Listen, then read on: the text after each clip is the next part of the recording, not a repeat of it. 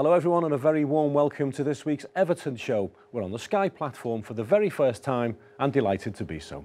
We're looking ahead to another big weekend for the Blues when Pep Guardiola and Manchester City come to Goodison Park, and we've got a packed sofa on which to do it. I'm delighted to welcome our very latest signing, Morgan Schneiderlin, to the Everton show, and a man who's 433 first-team appearances ahead of him, Leon Osman. Welcome, gentlemen. Morgan, if I can just start with you, the first and most obvious question, you happy to be here at Everton Football Club? Yeah, I'm very happy. For me, it was an easy decision to come here with the history of this football club and the project. So I'm very happy and I'm looking forward to play my first game. So you didn't need to think about it too much? No, to be honest, you know, it's I know the history of this football club. I always liked it, and obviously I know the manager, and I'm very happy. So are we. There's a lot more to come from our brand new French international in this week's show, and we've got plenty more besides. Yeah, he worked one season in Southampton with Morgan. It's really that player on the age of 26, 27 that really a future and part of the new project of Everton. I know Davo's obviously used to being on telly and that in Game of Thrones and stuff like that, so I'm a fan of that one.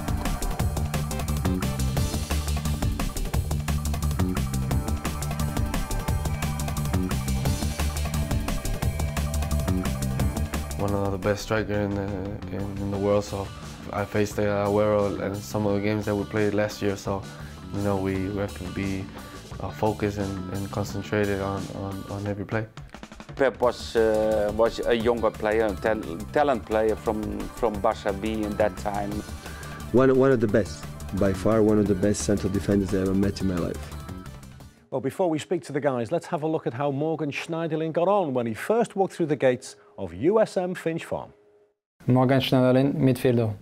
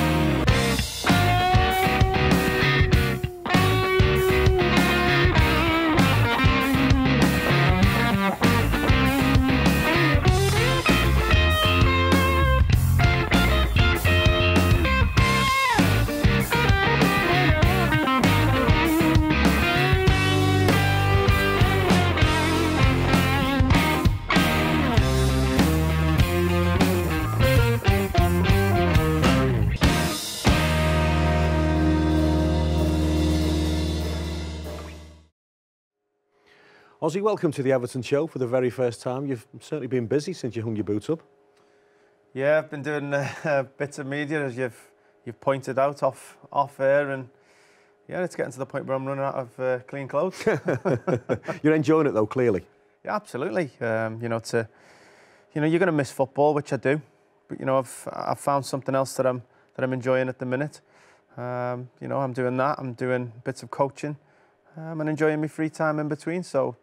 You know, it's been quite an enjoyable period for me. Seen a bit more of the wife? Unfortunately, yeah. That comes with it, doesn't it? Part and parcel of getting the free time. But it turns out we actually get on quite well. So, you know, wait and see how that develops. Morgan, let's speak to you about Everton Football Club. You've obviously played at Goodison Park before.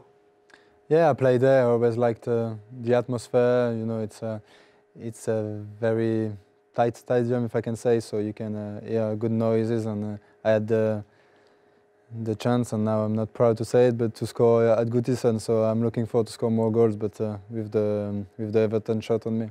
The fans will forgive you scoring for Manchester United if you score goals for Everton. Yeah, exactly. That's what I will try to do, but more importantly to win games.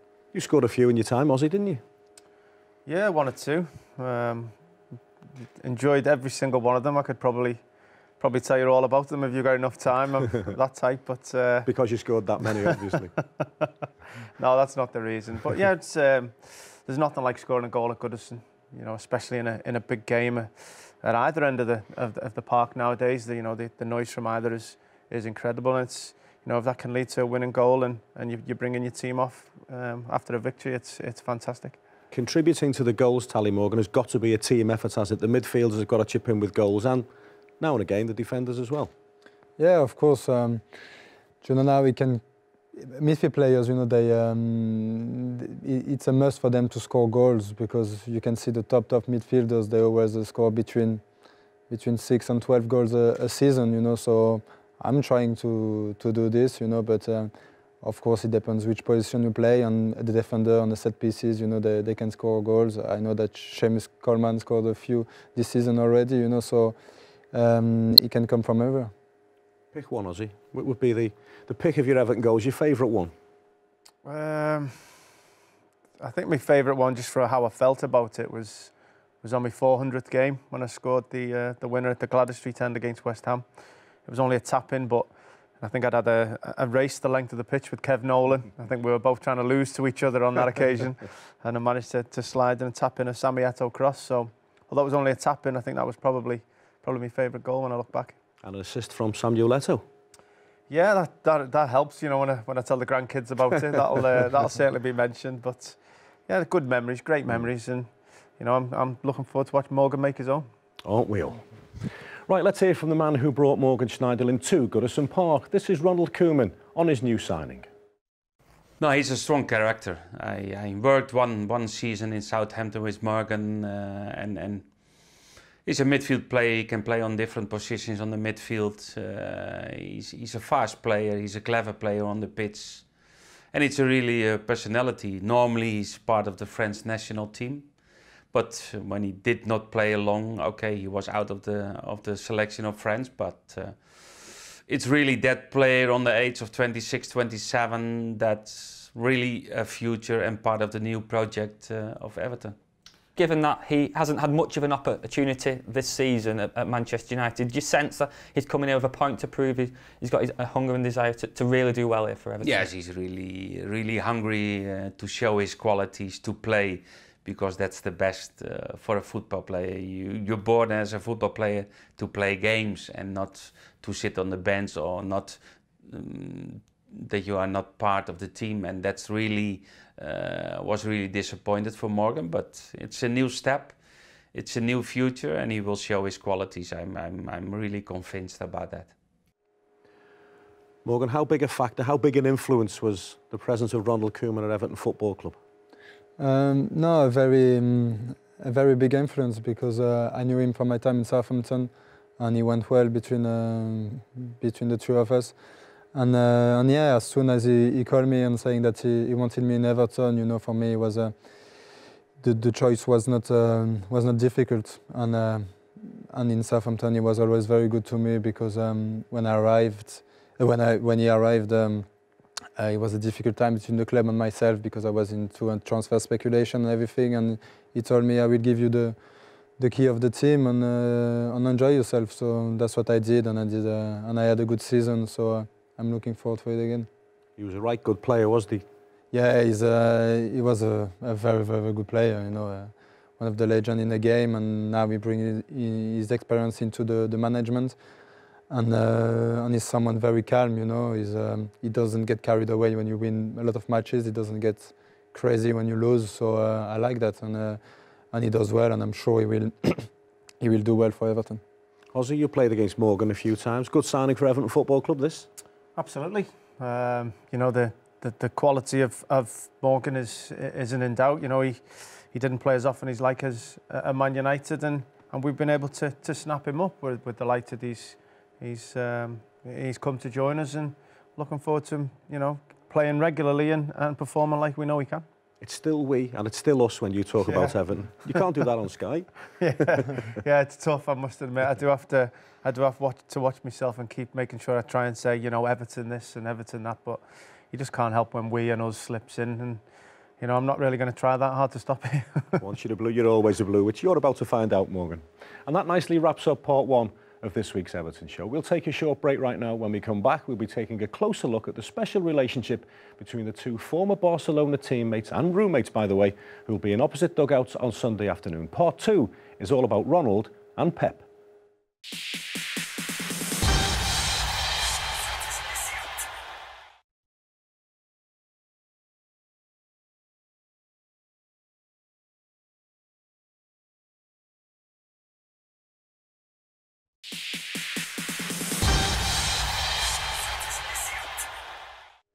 Welcome back to part two. Now, as you can see, I'm playing a squad game today. I've made a tactical switch during the adverts. Leon Osman's taking a break, and Graham Stuart is with us alongside Morgan Schneiderlin on the Everton show sofa. Graham, it's great to get Morgan in. We've already got Ademola Lookman in as well. It's good to start your business in January nice and early. Yeah, January is a notoriously difficult time to bring players in, but two good bits of business. Ademola may be a little bit more for the future, but certainly Morgan for now. It's a really good sign. I'm delighted. How long does it take you to settle into a new dressing room? It depends, you know, of course, when you're foreign players and you don't speak the language, it takes more time, but I'm lucky enough to play for a long time in England, so I'm used to the language, I'm used to the culture, so it won't take time, you know, of course I need to know my teammates, and hopefully I can do it as quick as possible. He's going into a very good dressing room. There's plenty of good lads in there, Diamond. Yeah, really good set of players. You know, just talking off camera there before to Morgan about the general feel of the football club. Plenty of friendly people, plenty of people to help you out, make you settle as quickly as possible. But the dressing room's good set of lads, and they'll look after you, mates. How important is that? You went into various dressing rooms around the country during your career. You've got to settle in quite quickly, I would think. Yeah, I mean, I think it's relatively easy for you. I mean, the best thing to do is to go out and perform on the pitch. You know, you go out and play well, you know, on a Saturday afternoon, and the lads are straight with you, you know, from minute one. And that's the ideal, and I'm sure Morgan will settle in very, very quickly. You need to win the fans over as well, don't you? I mean, well, that's not hard. I mean, you make a few tackles early on in a game of football, mate, here, and the fans are on your side. 100% effort, plenty of tackles, and plenty of quality. You've got it made. The fans will enjoy having you, I'm sure about that. Right, let's have a look at Sunday's Premier League clash at Goodison Park. Now, Everton against Manchester City is always a big game anyway, but there's a really interesting subplot to this one, given the close personal relationship between both managers. Ronald Koeman and Pep Guardiola go back an awful long way. Ronald Koeman and Pep Guardiola first came together in early 1990. Johan Cruyff, then their manager at Barcelona, asked the senior player of the two, a European Championship winner with Holland and European Cup winner too, to take the young graduate of La Masia under his wing. From the outset, Ronald and Pep were not only Barcelona roommates, they were firm friends. It starts because I was playing in the first team of Barcelona, and Pep was a younger player, a talent player from Barça B in that time, and but we had a really from the start a really good understanding. He played in the position in front of mine, and of course, and the coach at that time, Johan Cruyff, said, okay, you can learn a lot from Koeman, and you're still young, and you need to learn a lot about him, about football, and how you have to handle everything in professional life. Pep would pepper Ronald with questions about one-touch football, positional play, manoeuvring in tight spaces, and finding out everything there was to know about the way Cruyff wanted his Barca to play the beautiful game. I should in that time switch off the light before go to sleep. When he need water, wake up to water for him. And I was the youngest, so I adapt to him. Now he was a real, not just roommate, because in that time we sleep together, but together in the sense, two teammates in one room, and we spent a lot of time. And he was so generous. He not only on the pitch, off the pitch as well, and I learned a lot just looking at him, how good he is. Of the many days and nights they shared together, their greatest moment came in May 1992 at Wembley, when Ronald Koeman scored the only goal against Sampdoria, and Barca won the European Cup for the first time. I think he was one of the first central defenders with the quality not just to defenders. I think Johan Cruyff bought Ronald Koeman for show us, for teach us why we need a central defender like Ronald. He's one of the few guys I never saw felt or miss an important game. In important games, I saw him playing good. Always. I never saw him play a bad game in the important games, the Champions League and against Real Madrid, against big important games. That was the big talent. Most of the quality was the heel build up. It was amazing, long balls. It was 40 meters in a quick ball. So one of the best, by far one of the best central defenders I ever met in my life. When they encountered one another as managers for the first time, 3 months ago at the Etihad, the Everton manager described Pep's Manchester City as the best team he had ever managed against. But Everton's resilience on the day, exemplified by a stunning goalkeeping performance by Martin Stecklenburg and a goal by Romelu Lukaku, ensured that the teams and managers shared the spoils. We know City play fantastic football. We knew we don't get a lot of the ball today, but we had a great defending, great organisation in the team. We expect them with 3 defenders. We took a little risk in the beginning to start with 3 strikers, but we missed somebody on the midfield and we did not control the game. Great teamwork, great work rate of all the players, and of course you need the best goalkeeper in your life, and it was today.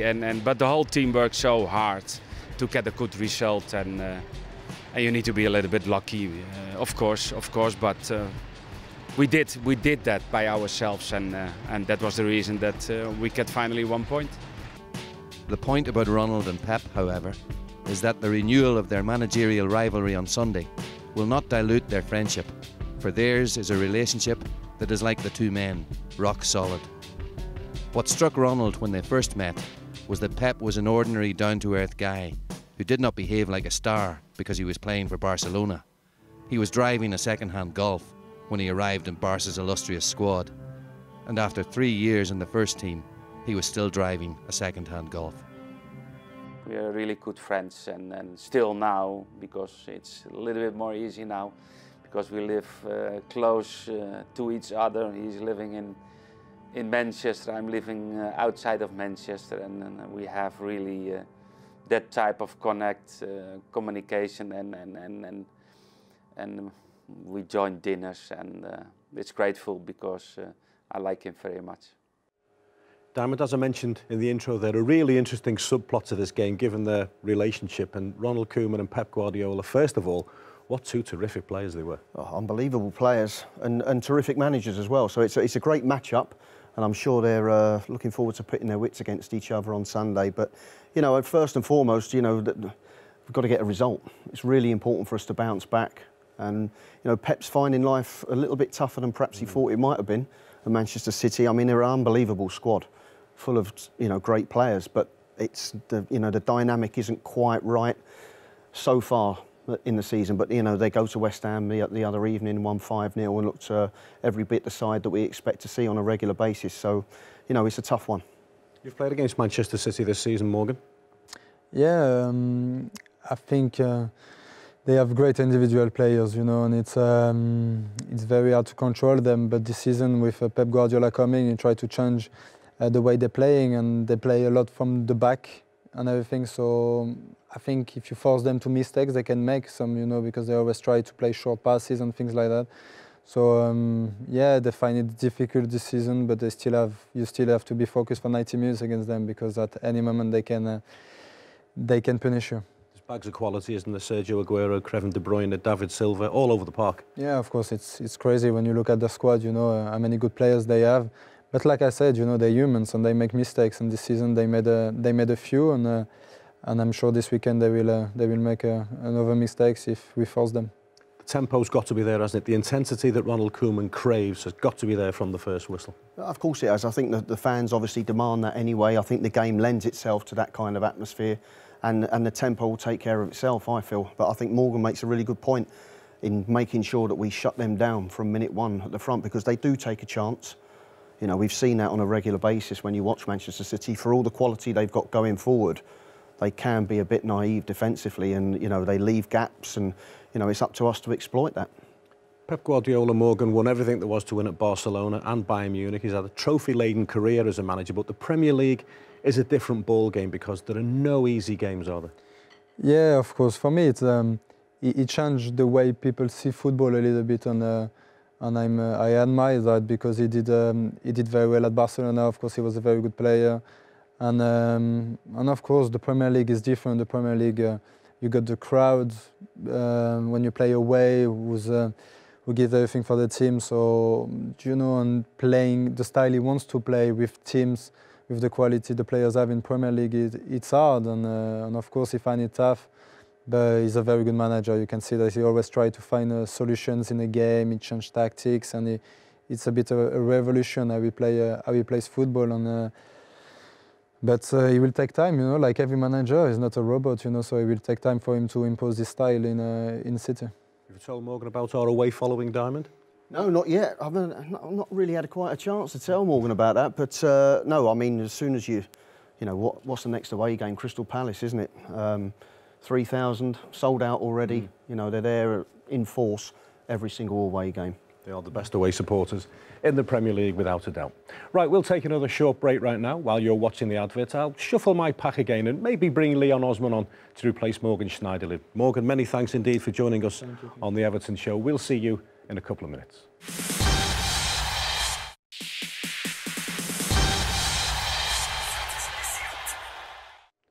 Welcome back.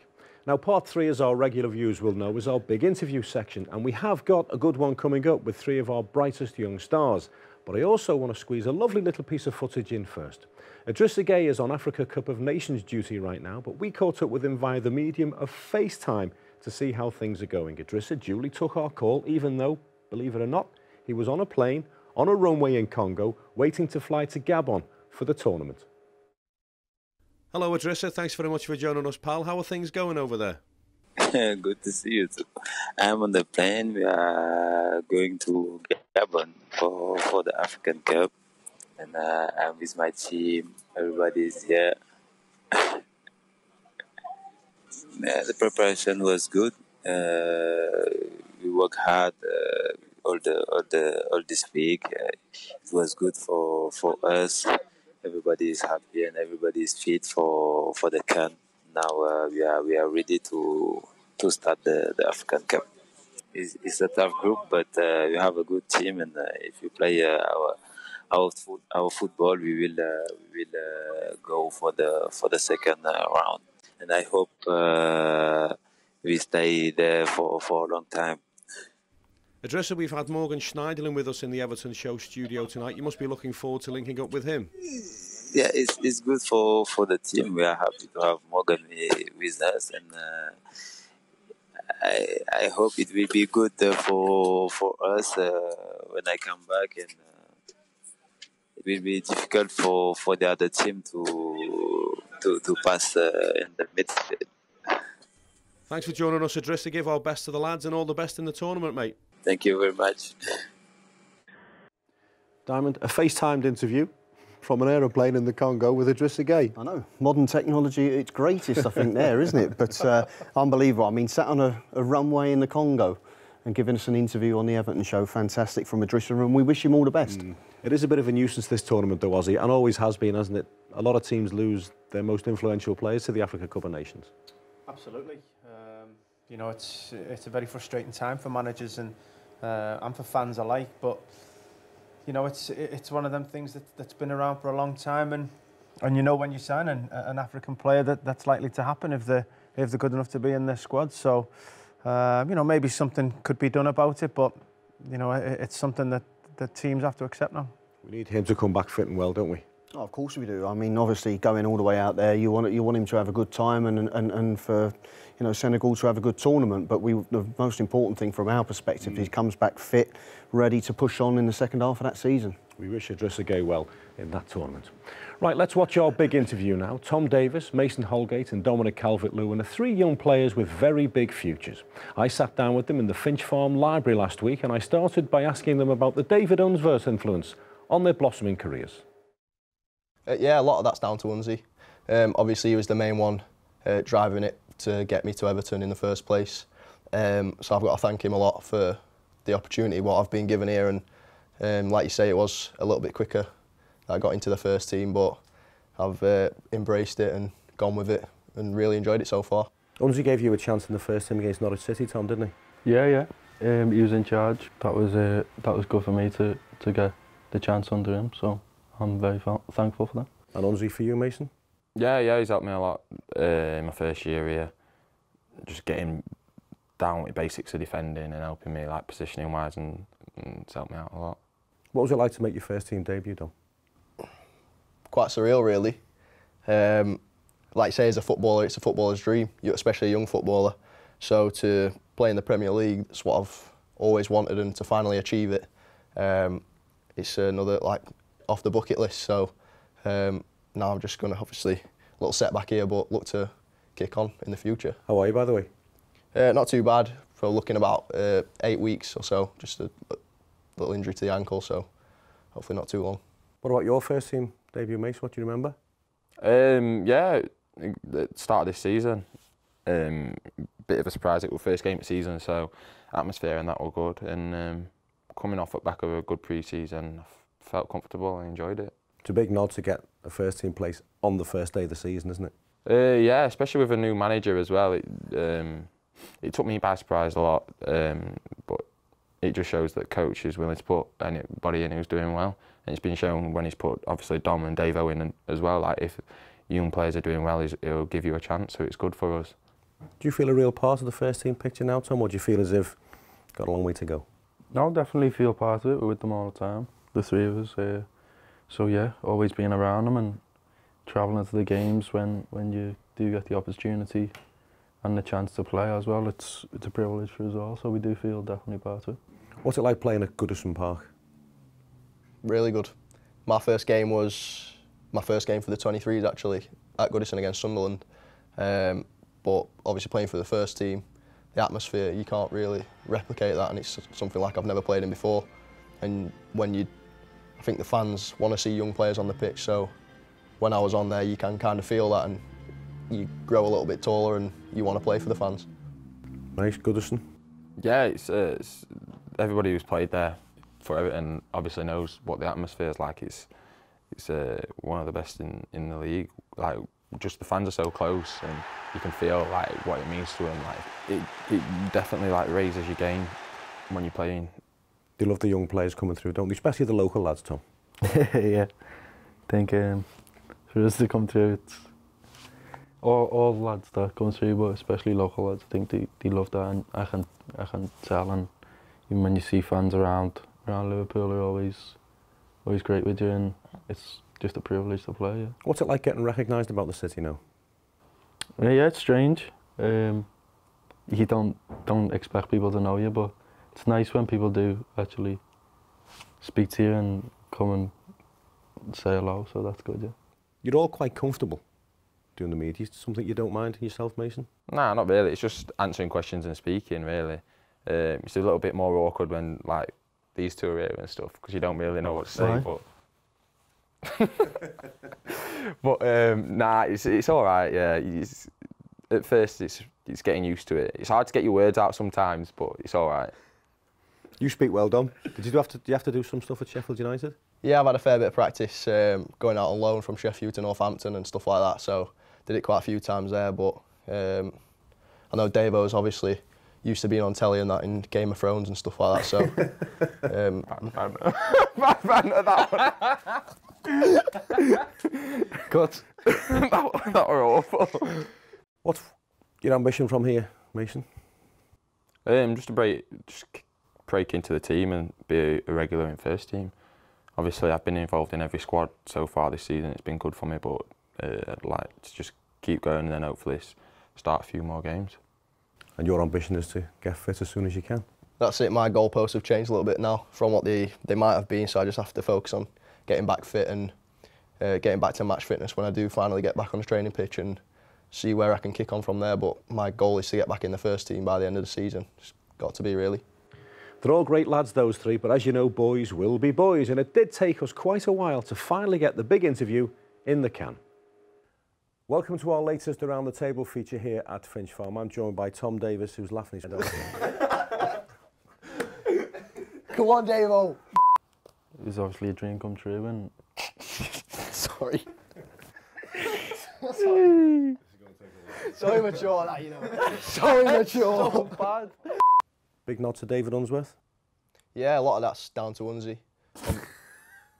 yeah. Go on. I'm gonna have to go. I really didn't think we'd get that done. I thought those days had gone when Ozzy left Finch Farm Diamond, but those three boys have done well this season. They have done really well, yeah. I mean, Mason's been in pretty much from minute one. Tom's been a little bit in and out, but over the last few weeks seems to have got himself a couple of starting places as well. And obviously Dominic's had a taste as well before his unfortunate injury. He'd started that game very well. So three young lads there who've got the bit between the teeth now. They know what it's like to play first-team football. They'll relish the opportunity when it comes again, I'm sure. Young players making each other laugh on camera, that takes you back, doesn't it? I'm glad to see it still happening. You know, there's still a lot of devilment and camaraderie to be had behind the scenes, because you know that's what makes the club special. That's what makes it a great environment to turn up and work in and train in every day. And I think if you're feeling good like that, then you go out and play good. Ozzy's missed on the pitch, obviously, but he's also missed down at Finch Farm for that very reason, Diamond. Yeah, of course. I mean, you know, Ozzy and Hibbo and Jags, the likes of those, you know, they're the ones who are always playing the tricks and, you know, causing mayhem in the dressing room and what have you, making Jimmy Martin's life a misery, you know, which is nothing wrong with that, by the way. Yeah, it's no bad thing. Well done, Oz. But no, I mean, that's, as Ozzy touched on there, like, I mean, that's what dressing rooms are all about. You need your characters in there. You need a bit of light-heartedness at the right times and the serious stuff, you know, out on the park. But no, we've all had some really magical times at Everton Football Club, and these three look like they're going to continue with it. Three good players, Oz. Absolutely. You know, to have played with two of them, certainly as they were developing the last few years, has showed me what they're capable of, and Dominic's shown what he's got when he's come in. So, you know, I hope it all works out for them and they can keep turning up and keep playing like they can do. Three nice lads with big futures, that's for sure. Time for another breather now. Then in part 4, we'll update you on the fortunes of the under-23s. We'll also hear from Kevin Sheedy, and Ramiro Funes Mori discusses the Argentinian mates that he's got in the Manchester City dressing room.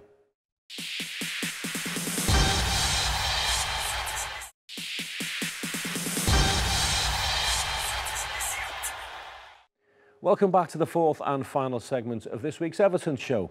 David Unsworth and his under-23 side continue to set the pace at the top of Premier League 2, and their latest victory was earlier this week away at Sunderland. Here are the highlights and then some reaction from the assistant manager, John Ebbrell.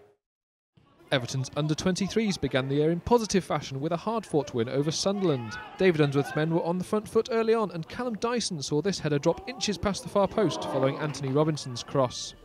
Everton did take the lead on 27 minutes when Harry Charsley picked up on Kieran Dowell's through ball after neat work on the Blues' right. Charsley's first-time left-foot finish was enough to deliver the under-23's first goal of 2017. Sunderland's response came via the head of Dan Casey, but Callum Connolly was there to clear the ball off the line and away from danger. Everton could have doubled their lead in the second half when Gethin Jones met Dyson's cross, but Sunderland keeper Max Strycek was in the right place to keep it out. Andrew Nelson's long-range drive almost brought the Black Cats level as they pushed for the equaliser late on. But Everton battled hard to cling on to the 3 points, despite needing Matthias Huelt to pull off this superb save from Joel Asoro. The 1-0 victory means the Young Blues remain on top of Premier League 2. Well, he's got goals in him, Harry. He's got a real good knack of getting into good positions, and then he's a calm finisher. We needed that goal on Sunday, and you know, obviously we wanted to continue scoring goals and also developing the rest of his game, which he's keen to do. He brings a real energy. You know, he's a good athlete. He's all over the park. He's winning tackles. He's intercepting. He's breaking things up. You know, and then as we talked about, he then wants to be on the end of things. So you know, he's all action, and he's a really good team player, Harry. Also, the under-23s having a great season. It'd be terrific if they can hang on and actually win Premier League 2. Absolutely. You know. I remember back in my day, we managed to win the reserve Premier League, and it was fantastic for the whole squad and for the development of the players around us. And one or two went on into the first team, and certainly most of the squad went on to have a career in the game. And you know, it's a great achievement for young lads at that level, and spurs you on to go on in your career. It was Andy Holden's team, wasn't it? It was a great lift for the whole club as well, that really was. Well, the under-18s have had a bit of a midwinter break lately, but they're back at USM Finch Farm now, and they're ready to continue their unbeaten run. It's Preston North End next week in the FA Youth Cup, but first off, there's the small matter of the mini derby on Saturday. Here's Kevin Sheedy. Our first competitive game is against Liverpool, so it'll be a real tough opening game for us, but we're on a good run, unbeaten in 13, and we've got Liverpool and then the Youth Cup on the Wednesday afterwards. So I've said to the players that, you know, 2 massive games to come, you know, that could sort of, you know, kickstart our season again, sort of thing. So we need to really work hard between now and the Liverpool game and be ready for them, because we beat them early on in the season, so they'll be smarting after that. So you know, it'll be a tough game for us, but again, it's an opportunity for our players to play against good players. Diamond, there's another Everton team in terrific form, Kevin Sheedy and his under-18s. Yeah, they are. Unbeaten for a good while now, the under-18s, so clearly everything down there with the coaching and the managership of Kevin is working very well for us. Your time at the Academy Aussie must seem a lifetime away. No, thank you very much. Not that long ago. No, it does. It's I think it's 18 years. I was discussing last night with someone, 18 years since we won the Youth Cup, or maybe 19 years now. So it's a long time ago, and you know, great memories. It's very important that you're developing the lads at that age, but also you need to make sure that they've got the winning mentality, and that only comes from winning games. And you know, need to make sure that you balance that act out as a manager, and Kevin Sheedy's doing a great job. How many times have we said that on the Everton show? It's all about developing players, but they've got to know how to win football matches. Yeah, I mean, that's the kind of fundamental stuff you want to install in these young players, that yes, of course we want to make you better players, but better players means you're winning games of football as well, and it's a good mentality to get into. You know, what's required, you know, not just on the park but off it as well, and all the good habits that you need to make sure you get into and continue through in your progression, because ultimately we want to get you in the first team. You know, it can be a difficult road along the way, and some will fall by the wayside, but hopefully they still have careers in the game. But hopefully, in the big scheme of it all, it's for Everton. It's a great point, that, and it's something you touched on yourself, Oz. The boys that don't necessarily make it at Everton, the Chaddies, the Keith Southerns, the Jamie Milligans, Stephen Schumacher, Mark Hughes, there's loads. They're brought up in the right manner to go on and have a good career. Absolutely. You know, it's very small margins between making it and not making it, but you know, we've had 1 or 2 that push into the first team every couple of years, and you know, what this club does really well is those who don't, you'd probably say about 80–90% of them have careers in the game in some form. So you know, that's down to Kevin Sheedy now, and he seems to be doing a great job of it. We call it the Everton way, and it really works. Right, let's hear now from Ramiro Funes Mori. The Blues defender will be up against some of his pals on Sunday afternoon when Manchester City and their Argentinians come to Goodison Park. I think I know all of them very well.